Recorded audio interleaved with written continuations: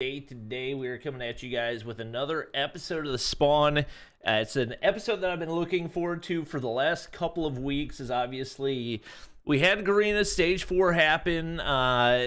Just schedules got a little bit busy, so things weren't able to happen exactly on time, but we are joined today by the champions of Garena, the team that I would say to a certain extent shocked the COD mobile world, not just in taking down Powerhouse, or not taking down Powerhouse, taking down Low Kings, but sending them home.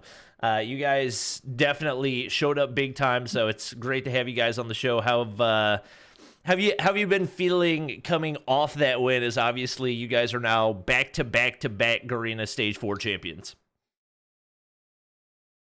So like after stage 4, at first I didn't think we would win because like we know how good Lokings are, and yeah, after getting the win, obviously we were super happy, super shocked actually, like, especially the fact that before the day itself, when after we won Omega, I was like, who's gonna win this, Kagendra or Loki? I mean, at first everyone was saying Lokings, right? So for me, what I did is like I literally watched every single Kagendra match just to prepare for them, and like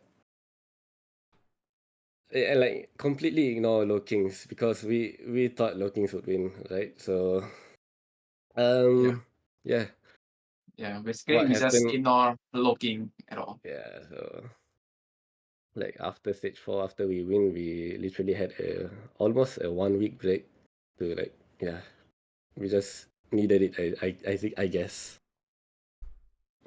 Okay, so looking back at that matchup specifically, because obviously that's going to be one that people want to hear a lot about. At what point did you guys start to realize it was going to be possible for you to beat Low Kings? Because it's not like there wasn't any chance of that happening. Like, you look at the grand finals of Masters 4, and they really didn't beat you guys by a huge margin. Like, it was 4-2, but it was with a map advantage coming into the upper bracket, and all the maps were super close. So looking at stage 4, especially in that individual matchup up against Low Kings, when did you start to realize, like, hey, this is actually possible that we could beat them right now? So the first game was Hardpoint, right? And so I was definitely super nervous, but my team, they were all confident. Like we were saying in the group chat, let's get our revenge on them. And I was the only one nervous, like literally. But starting the match, I mean after the match, like we won. I literally knew that because we all know Lokings as a hardpoint team. We have never beaten Lokings in hardpoint. Nobody had. No, literally, Nobody. like, outside of the Kagendra match, like the match before, literally nobody had beaten Low Kings in Hardpoint, I think, since like CDSI. Yeah, and at that moment when we beat them, hardpoint, we knew I knew deep down that there's a possible chance we could win. Yeah. Any thoughts for you on that one? Shut up. For that one, I always told my team, right? When we the 4-2 in the final of the Sunday, what's Sunday that's called, I forgot. But when we beat 4-2, I always tell my team, right? We always like it's 3-2, not the 4-2. So it's possible to beat them, but it's a bit hard. Yeah. Yeah. So I always tell them, the moment they lose to Kagendra, I always say like, they are only hardpoint team. Like then the moment we beat them hardpoint, our moral all go up. So it's possible to beat them that day. All right. Maybe they are having a bad day also. Yeah, for sure. Zim? I think you guys are really humble, and you don't give yourselves enough credit, because when we played Low Kings and CDSI, we were able to defeat them, and we won a hard point there too. So you guys have definitely, throughout the course of the year in tournament, been able to rise to occasion against those guys, and no takeaway to Low Kings, but they've definitely been super dominant, and yeah, like you guys said, hardpoint all year long. They were terrorizing teams, and I know that's for me personally, just with the experience I had with you guys earlier in the year. Maybe that is a little bit more said because of just their dominance in scrims and their consistency also in tournament form. But yeah, I mean, it was great, and I definitely knew that if you guys got the right maps, you would be able to compete with them. You got any questions, Tim? Oh, no, not at all. All right.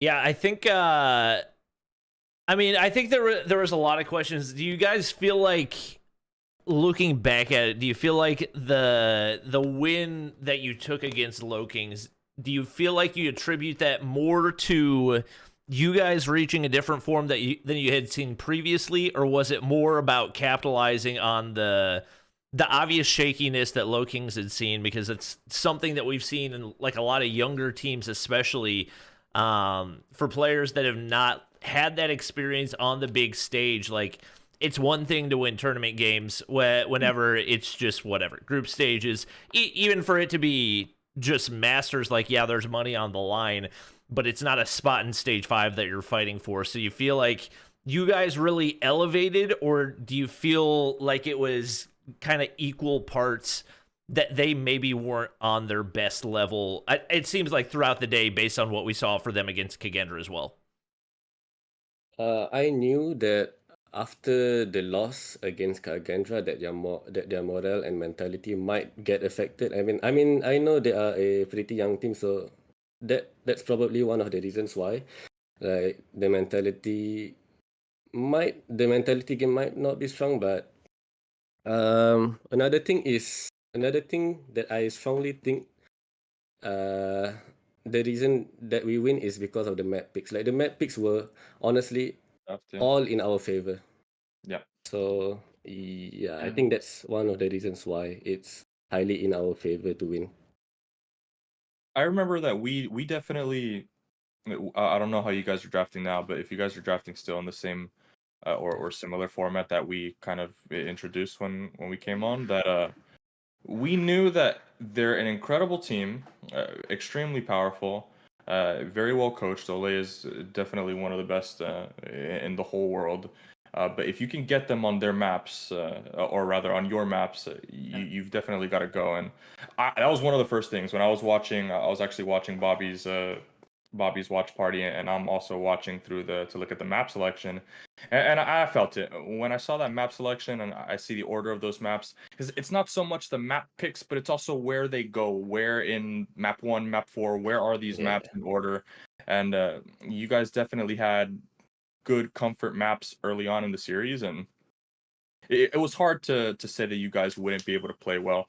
And of course, you know, that hard point, if you could take that hard point on Lokings, then you're pretty set to go for that search and destroy and control. I mean, if you're up 2-0, control momentum can go any either way. But I want to know, for you guys, big differences in the team play from Heaven retiring earlier this year, not being able to participate with you guys due to his retirement there, and then bringing on CODM. How quickly did you guys get to kind of figure that out with him? And was it kind of seamless? Do you feel like CODM still has a long way to go on the team in solidifying his role? And how do you think that he's going to evolve as we get closer to the World Championship?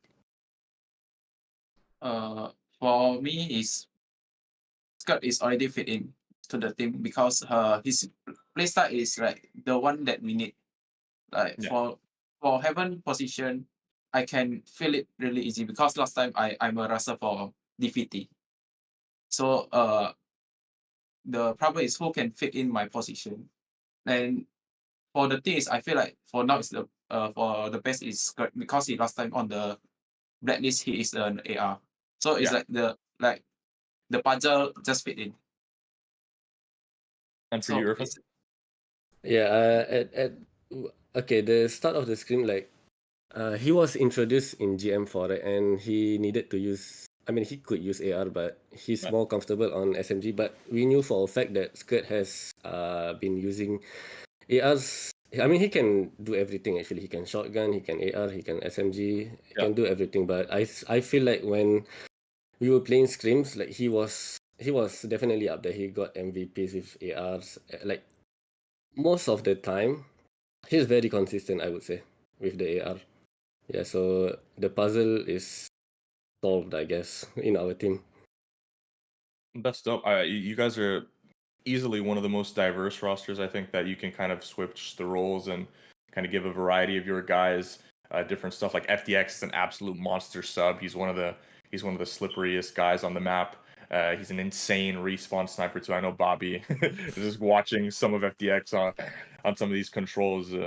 We were all surprised with this guy. And I mean, when you got a guy like FDX who can do it all, he can pick up an AR, he can snipe with the best of them, he can run a sub, he can change your tempo, and then you got a guy like Skirt who you're saying he's ultra flexible as well. And we've known for years, Shut Up is like he's an Omega flexible player, and you're one of the best OBJ. Like it's just a recipe for being able to solve problems on the map at any given time. So you guys are gonna look good.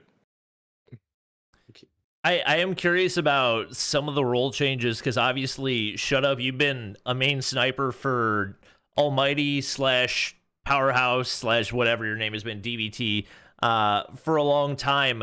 And obviously, you've been really good at it as well. What kind of led to the decision for you to make a switch? Because obviously, it paid off big time in the fact that not only were you able to take down WPM, but the fact that S&D looked like one of your best modes, even in you being a role that you aren't necessarily accustomed to. For me, it's like when we decide for the role change, so there's now a maximum of 2 sniper, right? And there's 3 SMG. And in Garena is for the for the summit map, a lot of shotgun. So how we adjust to fight 2 shotgun? So we put like 3 SMG, 1 shotgun. So we put skirt on shotgun. So we can only for that map we adjust it. So end up I cannot snipe. We need 1 sniper, 1 SMG roll, and one shotgun, 1 sniper roll. So like I cannot use at all. So the team decide is whether me or FDX. So I just give it to FDX. I know he is like for now is the best sniper for all them. Yeah. Do you think there's any possibility following the 0-0-0 performance that we saw from Incendio that maybe you move back to the sniper? Incendio 0, bro.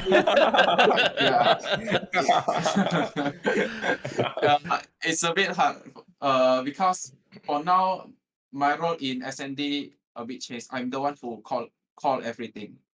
You're the edge, yeah. Yeah, I'm the one who call everything now for SND. So I become the in-game leader for SND. All right. I mean, I love to see the adaptability out of you guys. Obviously, a lot of changes that have happened. I think Shut Up, like if I had to give an MVP for stage 4 for your squad, it would have to be you. I feel like you were the most consistent across all the modes. Do you feel like, because you mentioned you moving into Heaven's role, do you feel like that gave you a little bit more freedom to play in a style that you're more comfortable with? And do you feel like that played a role in your ability to thrive a little bit more on the battlefield? Yeah, obviously. But the good thing is, right, I play a lot of roles. So like it's a good thing for when to hold, when to go. So obviously SMG is for me, I cannot use AR at all. Like I'm really bad with it. So it helped me a lot for now. All right. Love it. Zame, you got anything? No, I mean, you're flexible, and it's great that you get a guy like Skirt who can come in, and I said it already, but every single one of you guys can do a variety of things, and you've got one of the best anchor players in Incendio in the whole world. So it's good when you get a guy like that. You don't have to worry about your post up, and you can kind of fill in the gaps. Your region is naturally a lot more aggressive and up tempo, super fast playing, high flying pace. So it's good for you guys to be able to have that flexibility. looking at your bracket run, this one's probably a little bit different than any of the other ones that you guys have won in the past. Before Bobby made the mention that this is your third championship consecutively in the region. But looking at this one from where you guys were at the start of the year, that struggle right after the World Championship in that kind of drought, and then working your way back up through CDSI and looking at teams like Wolf or then Blacklist and teams like Omega as your in-house regional rivals, and then WPM kind of coming up out of there. Looking at your bracket run, you played against every single one of them, getting knocked down into the losers bracket really, really early, and made really, really quick work of teams like Wolf and teams like Omega. Did you guys feel like later on in the year, once you got to stage 4, that you were just leagues ahead of them, where you weren't worrying about them, where you truly did see WPM as that rival and your goal was fixated on them? Or did you guys feel like you had to prepare for all of those other teams equally on your road to the championship? So you mentioned that the start of the year, like we were so shaky, but at the end of stage 4, we were on top of our form. Like I think I don't know why I feel like it's fate. Like every time, every year, 2020, since 2020, 2021, 2022, it's always been that cycle. Like we were always shaky at the start, but at the end of stage, at stage 4, we somehow like be on top of our form. But at the same time, it's not just Blacklist, it's not just Omega that we are preparing for. And Low Kings obviously, but we are more. We study other teams too, like WDC, BBC. Like BBC is one of the stronger teams. I would say Skadi too. Yeah, all scary teams actually. But yeah, it's not just Wolf, it's not just Omega, and it's not just Low Kicks that we are particularly scared of. It's literally every team in Garena actually. So we did our homework, and I feel like it really, really paid off. So yeah, plus the stage 4 buff. I don't know why, but we somehow managed to win every single year. I'm thankful. Yeah. It's so like it's such a great trait to have as a team, to be that dominant team or one of them in your region, but still have the humility and still have the humbleness to look at your rivals and look at your opponents who have played against you and they've beaten you, and still say, hey, like we got to take these guys seriously, and not kind of get fixated on one team throughout the whole tournament. So that's definitely really incredible. If you shut up. For me, it's like we just throughout the series we just like fixing ourselves. Yeah. Like yeah. So because we are not really used to skirt, also like that's why when CDM 4 is it? Mhm. Yeah, we just more on fixing ourselves. That one, like what we want to do, particularly on this map, what we want to do. Like skirt, you should do what, we should do what. Yeah, something like that. Yeah. Yeah, cool.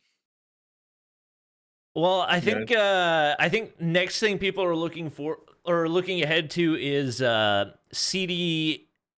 I get them confused all the time. Obviously, Yeah, you guys, you did have the top 4 finish in, or top 4. I think it might have been top 3, one of the two in CDSI. How are you guys feeling about that? Obviously, there are going to be other regions that weren't there previously. I believe I saw something on Twitter saying that there will be one Indian team there. I would assume that that's probably going to be Godlike. Do you feel like they are going to be able to throw like a major twist into the competition? How are you feeling about the Chinese teams going into it, as they've looked super, I guess just like confusing across the board? The potential of Island getting dropped from Wolves, Q9 and their rise to the top. How are you guys feeling about all the competition heading into that? For Godlike, I'm really surprised right now. So they are improved really fast right now. So Yeah. yeah, Like we streamed them a few times, but they are improving so fast. I don't know how, but good for them. And for Wolf, maybe they are not having a good times since they are keep flipping their player. I believe it like is it X Chings that they are Yeah, Ching got replacing. subbed out for Peg, I Yeah. believe. Yeah. Yeah, they are need to adjust a lot of things. Switching player between player is like really hard. Even for us. Then who again? Q9. I feel like, yeah, as I say, like Q9 play with their player like quite a long time now, like almost a half year or 1 year. Yeah, so basically it's not surprise for me they are on top right now in the China.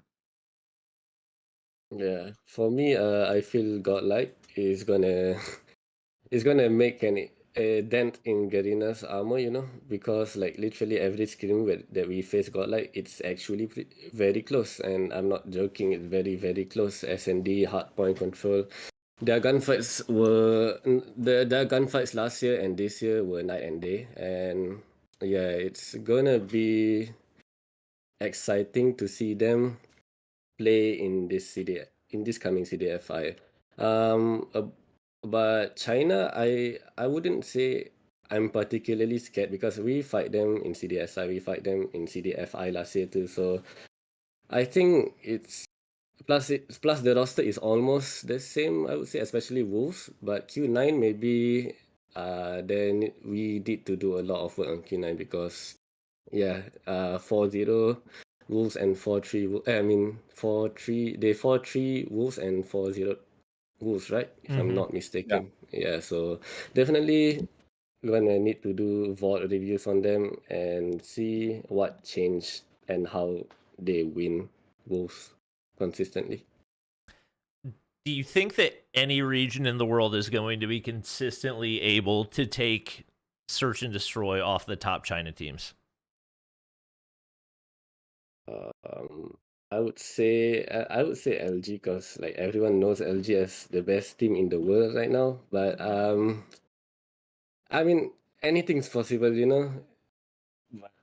Still, I know how capable Wolves are in SND and especially all China teams. So I would definitely say LG has the best fight in them to fight the China SND. I don't know. Yeah, and SND can anything happen. Yeah. All right.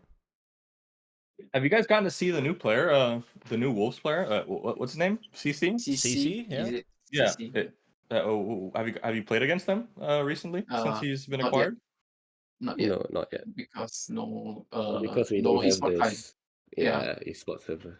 Oh, Yeah. gotcha. Well, yeah, you'll get that soon because the tournament's right around the corner. But Looking at that, is it a full? Have they given you guys the format yet? Is it a full LAN format where you're traveling over there and you're gonna spend that time at the tournament location, or is it another kind of online run through and then you get to a playoff portion where you're physically in location? Do you know yet? I believe I don't know how it works though, but I believe group stage will be online and playoffs will be offline, like Yeah, LAN. LAN, Cool. yeah. So similar. Okay. That'll definitely be interesting, especially when you have like India teams playing against Japan teams, given how far away those are going to be from each other. Yeah. Is there like a good central server between those two? They use the same server every time. It's the Shanghai server, I'm pretty sure, Yeah. right? It's the I think it's Hong Kong. Hong Shanghai Kong, might Hong get Kong or the Hong Kong or yeah. Shanghai. They just slap it on that every single time, and pretty much everybody plays on it all the time. Interesting. Yeah. Okay, cool. So going into the World Championship, we don't have the groups yet, but I would imagine around this time, since all of the regional championships are pretty much done, if we were to kind of have an idea of how it would go like last year, a similar kind of grouping. I'm just gonna take a look at last year's World Championship real quick and just see kind of where you guys ended up in that. Because I'm pretty sure it would be something similar, right? In terms of seeding, they haven't changed like the format to like Swiss or anything crazy like that. There may be a change in format. Okay, well, so never mind. But nothing has been confirmed, but I've heard there's a good chance it will not be the same format as last year. Okay, so last year again, you guys were the champions in Garena, and you drew the number 1 seed NA. No, actually, you drew the number 2 seed NA. You drew number 2 seed Brazil, and you drew number 2 seed Europe. So if we kind of slap that on this year, that would be who? That would be Mayhem. That would be who's Exclusive? number 2 Brazil? That would be Oh, no, that Mayhem would be exclusive and Loops. Honestly, yeah. I don't hate that group for you guys. I feel like that would be, if that was to be the scenario, I feel like that's one that you would be able to, like, at bare minimum, I feel like you guys would be top 2 get out of groups. Yeah. Yeah. How do you feel like against all of the whole kind of field, and like stylistically, do you think you guys match up well with every single region, or do you think there's a region that you're going to have to work on a little bit more? I don't really know which one is the region or its group. Like I really compare with NA and Europe. Is it? Yeah, I a bit confused, but I feel like we are not going to repeat our old mistake. I feel like we should learn every team in the world for now. Because last year and I'm being honest, we actually, I would say, not review. We didn't do Yeah, VOD review yeah, on other regions actually, but and we overspend. yeah, because like after winning CDFI against Q9, right? My confidence was through the roof, I would say. So, and I thought our gunfights were on par with them, but turns out it's the other way around. I mean, They humbled you real quick. I got humbled. yeah, I mean, Galleries we didn't Yeah. know that Skate was one of the best teams coming onto this year, right? I mean, unfortunate that they didn't make it to Yeah. stage 5, but yeah, reality set in on us. So yeah, we're gonna do our homework this year, I guess. But I know Skull, I know Mayhem, I know Exclusive are a very good team. I mean, I watched every region stage 4, and I think they are gonna be tough lah, I would say. So yeah, definitely on our way to do our homework this year, and there's gonna be a lot of it. All right. I love it. It is going to be obviously a travel for you guys to stage 5 this year, but do you feel like you have a little bit better idea of what to expect whenever it comes to a LAN in North America as compared to last year? Do you feel like there were elements of it that took you by surprise, whether that was the weather, the time change, the jet lag? Do you feel like you're better prepared to head into that and have a better chance at stage 5?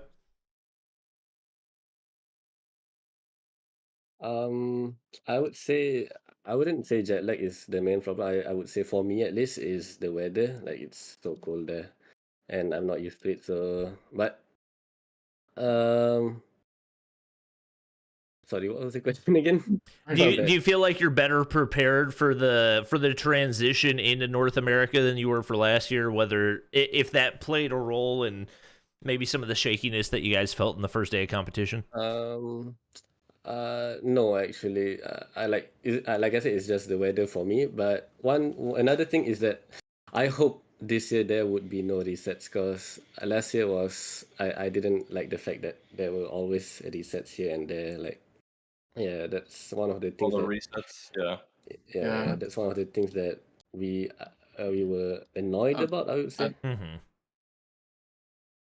I'm fairly confident that there won't be, because from my understanding, the resets were a device software issue. So I'm very much hoping. Based on what happened to NA, I don't think they even had adapters that were hooked up to anything. So obviously, everybody would like for it to be like quote unquote LAN, like you're hooked up to an actual server. But realistically, it's probably just going to be you all connected to the best Wi-Fi possible. I'm assuming that's probably best case scenario, just because that does minimize the chance of resets. So I'm kind of like, as a spectator, hoping that they go that direction, because I agree with you guys. Like, by far the most irritating thing about stage 5 last year was the resets. I think that killed momentum for a lot of teams. I think it impacted a lot of the matches, and I think if that's not an issue, I think we have a much better chance at just seeing a super entertaining stage 5 that has a better chance of building storylines for everybody involved. Yeah, definitely. I want it to be like very smooth for the viewers to watch. Yep. So that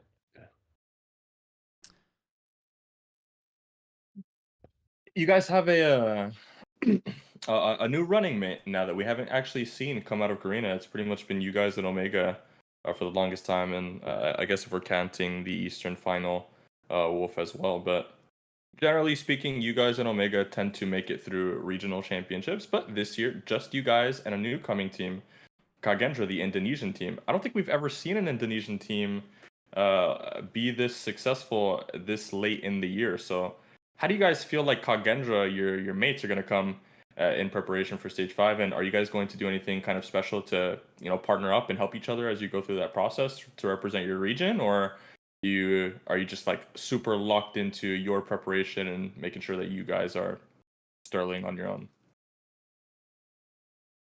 We just for now is we just focus on ourselves. Since Yeah.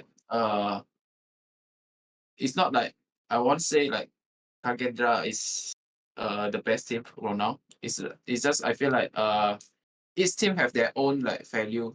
Like this team is better in hard points, this team is better in SND. So we just like scream everybody. We learn from each other. Like when we lose, we review it.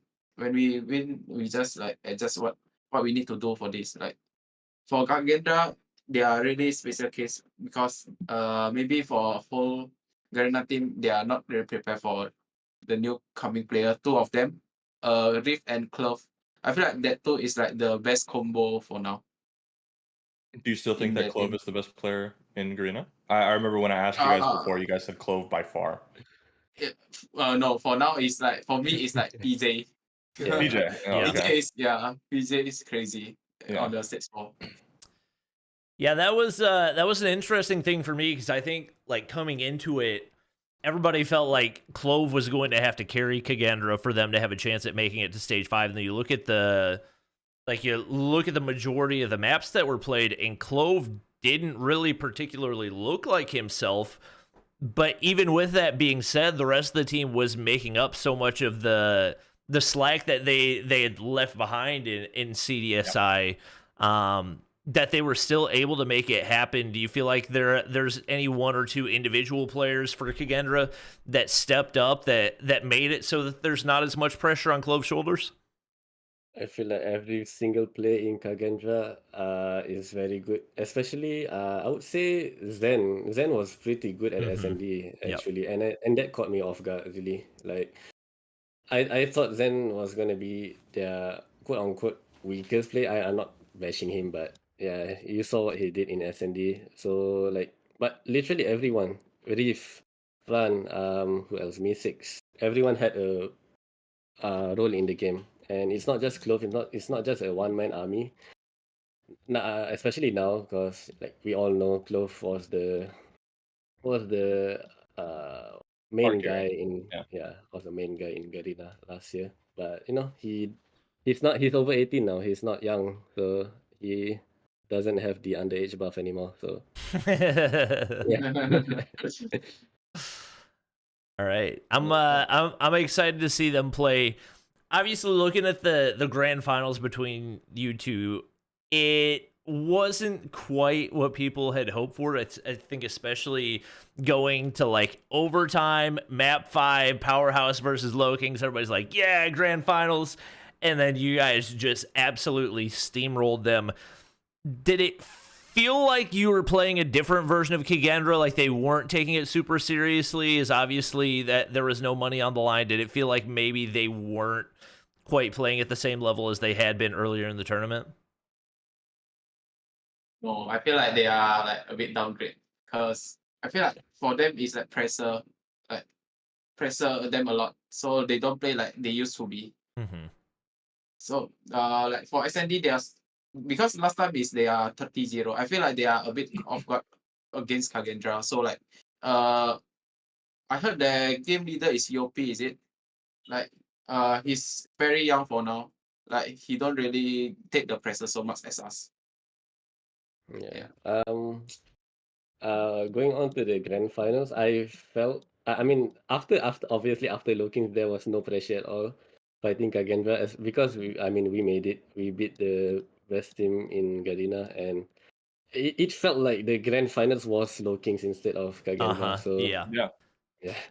Like after the match, there was no pressure for us. But I don't know about Kage. I mean, I don't know about Kagendra, but I feel like the first two games that we played against Kagendra, they were trying their best. But like They were like, Mhm. qualifying yeah, already. the third and fourth, I think they give it to us because Yeah. it felt that way. Yeah.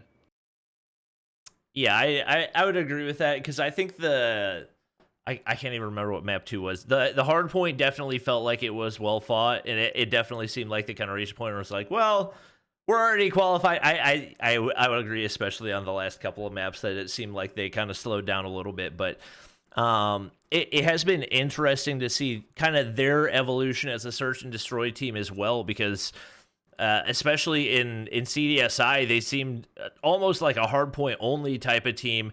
They would win a control here and there, but it definitely seemed a lot more heavily focused on the respawns. Do you think there was any specific improvement that they made in the search and destroys, and anything you guys did to counter that in your matches in stage 4?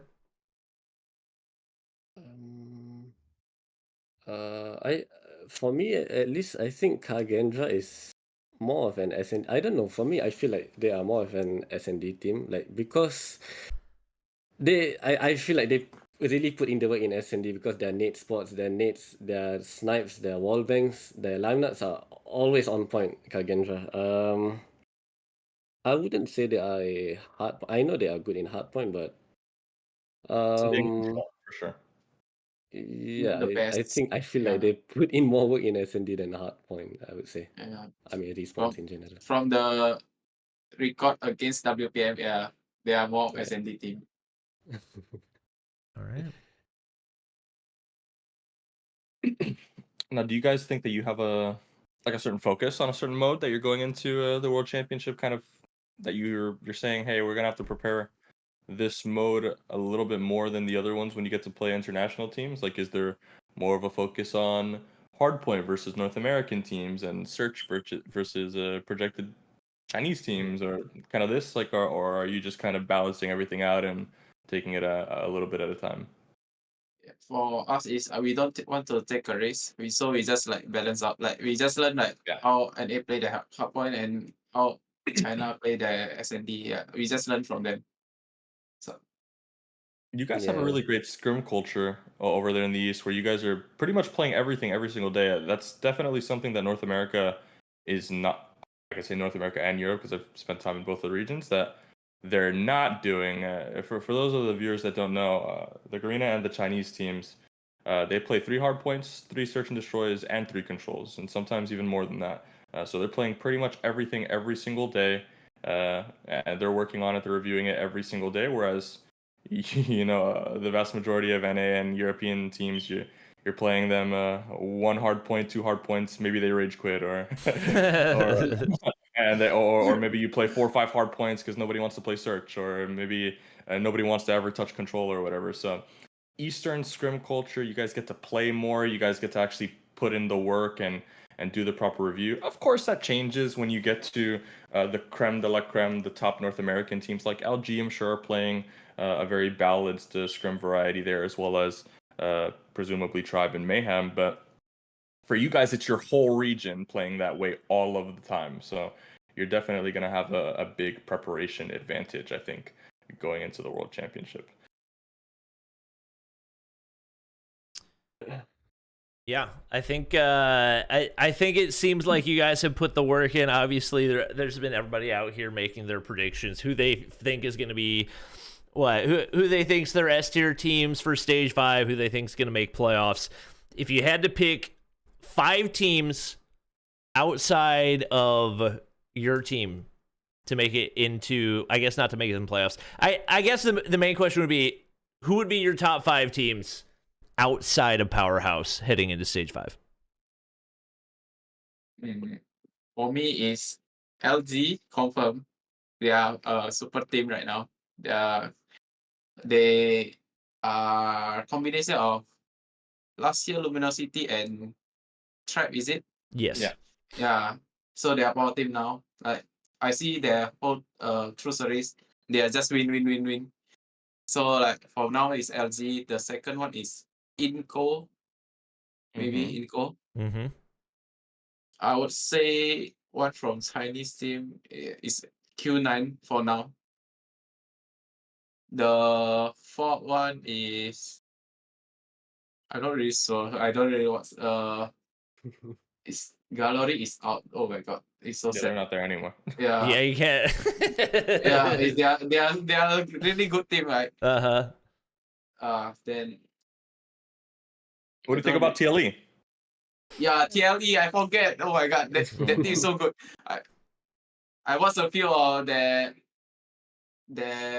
clips like hacking like that, like They the clip hacking, on man. They this. hacking. Yeah, TLE confirm TLE. Then the fifth one maybe from China also. I feel like both maybe. Do you All think right. SPG is gonna be any good? Shut up. SPZ. Or are they ass? Like you think they're garbage or what's up? So I think that team's gonna be. I'm not pretty sure. I ass. don't know. Maybe SND they are really good. Yeah, I think they'll be good in S&D. I don't think they're gonna win a hard point. SND. IrfanJ, No. who you got? So I saw on Twitter like the tier lists and stuff, and honestly, yeah, it's almost the same. Like LG is definitely gonna be top one. TLE, Inco. Who else? I feel like Mayhem is a very good team to like. They 6-0 tribe right in stage 4, so yeah, it was shocking to see, and I feel like they are top 5 right now. And one more, who's Latham's second team? I Well, forgot. you said TLE and Inko. Wait, oh yeah, Cieli and Inco, Oh and yeah. I forgot Loops Mayhem. is Yeah. the second seed. what looks is I the want- second. I want to change the fifth one to Mayhem. I forget about them. All right. I don't know who to put it on 5th spot, honestly. So yeah, I'll just give 4, I think. All right. Fair enough. No China teams? Oh yeah, what am I doing? Wolves. Wolves. I would put Wolves as top 5. Yeah. All right. Yeah, I think it's I don't know. I'm interested to see what Mayhem are gonna do, because it, to a certain degree, almost looks like they are. It kind of looks like they're LAN warriors. I don't know if they're LAN warriors. I don't know if they're Samsung warriors. Whatever it is, but it definitely looked like they were on a different level in stage 4. That they haven't really been at that level of dominance since then. So I'm curious to see if maybe they're just a team that really thrives. Not that they've looked bad since then, but they haven't looked at the level to where they're going to be able to take 2 maps off of LG in a grand finals type play. So they're a team that I think definitely has a lot to prove, but also from what we've heard just about the amount of work that they're putting in, at least leading up to stage 4, they were doing like 8-hour days in preparation. So whenever you're putting that amount of practice in, like eventually you're going to see things pay off. But if you had to pick one underdog team outside of your top 5 that might not even somebody who you think could make it in the top 5, but what team do you think could potentially surprise some people? Definitely Godlike. Yeah, I also want to put Godlike. Definitely Godlike, because yeah, like Yeah. I said, the scrim results we had against them were very, very close. Even PJ said like on Twitter that they are very good right now. So yeah, definitely Godlike is gonna make I would say an unexpected turn, an unexpected twist to stage 5. So yeah, I would say Godlike. All right. Zim, you got anything else before we wrap it up? I feel like we've covered a good chunk of things. It's a little off topic. I know we have Shut Up and Irfan here, but today some news came out, terrible news, but happy that it ended, that these 2 guys are okay. Sam's right, and his brother Jokos, right? No, Jokos is fine. Vegas was the other guy. Right, that's right. Yeah, they were involved in an accident not too long ago. Luckily, both of them are alive and doing well. They're recovering and they're in that process. But Sam's is not going to be participating for the World Championship with Vitality this year, and that's going to be a massive blow to an already kind of really projected struggle team in stage 5. You're losing your best player. How do you think that's going to like super affect them? Do you think they're just gonna go and totally get slammed on? Was there a chance maybe for Vitality to kind of scale into godlike type territory where they were kind of playing well and you thought that they might kind of improve based on the last year kind of performances? Or do you think kind of looking forward at Vitality's chances now at improving upon their last couple seasons, that it'll be a little bit of a climb there for them? I feel like if it, I mean, wishing him the best for Of Sam's, course. obviously, Yeah. but I feel like Vitality, if you want to sub a player, I think it would. I don't think it will affect it that much. And I know the effort that they put in is a lot like Godlike, actually, like similar. And um I don't think, I mean, I don't want to say they are not a good team. I feel like there's a lot of time to improve still. It's only October, so I feel Yeah. like they can get where Godlike is also right now. So yeah, there's plenty of time for them to improve. And yeah, I know that they keep asking in the group chat for screams every single day. So yeah, the effort is there, and I think they will come out like Godlike, I would say. For you, Hopefully. shut up. For me, it's like maybe a little bit hard for them, like to recover.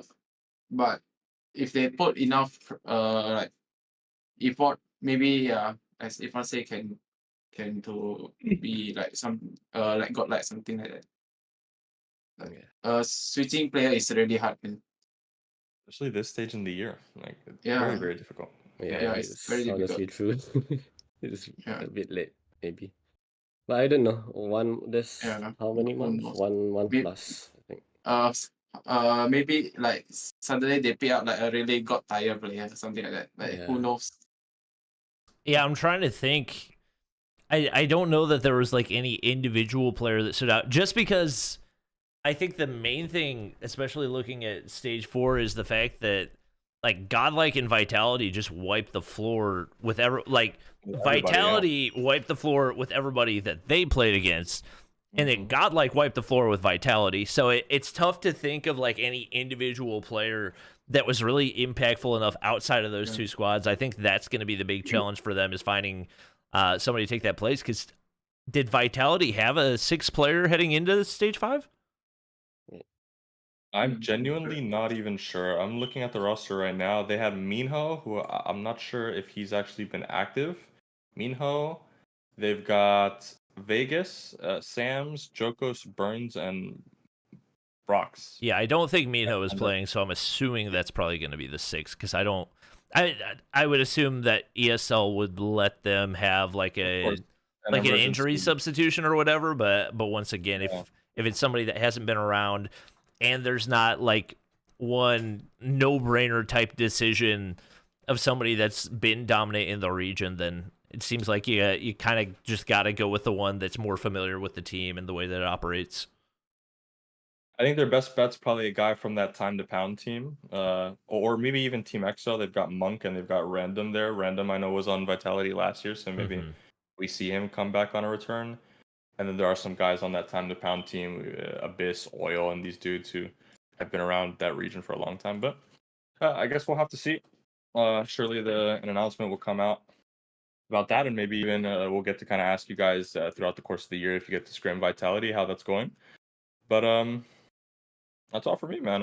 Again, everybody, we're wishing the best for those two guys. We know that they're healthy and they're well right now. Long recovery for them, but Vitality's gonna have to do without them. All right. Before we let you guys go, any shout outs that you want to give to anybody that you would like to?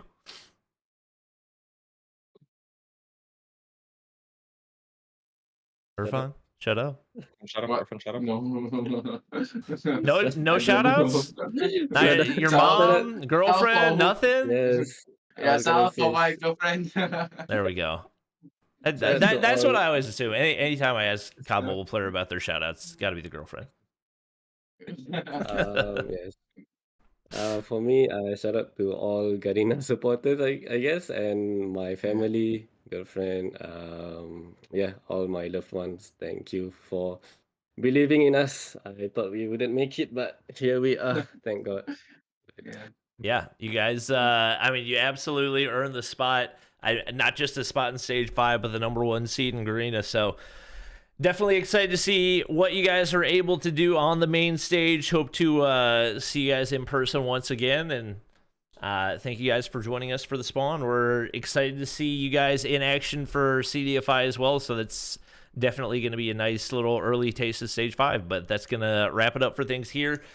Thanks to Zim for coming in clutch and giving me at least one co-host. Hopefully we'll get the other guys back in soon. Next week might be a little bit different format, as we're not going to have any specific region to cover as far as I'm aware. So we might do something a little bit different, some more fun segments and that type of thing, as we do start to look ahead towards Stage 5 and everything else as we also reflect on Stage 4. So hope you guys did enjoy. If you did, please do me a huge favor. Drop a like down below. Subscribe if you guys haven't already. Make sure to check out these guys. Shut up. IrfanJ and the rest of the Powerhouse squad on whatever socials you're on. It's going to be it for the episode, though. Thank you guys for watching. Hope you enjoyed, and we will catch you guys in the next one.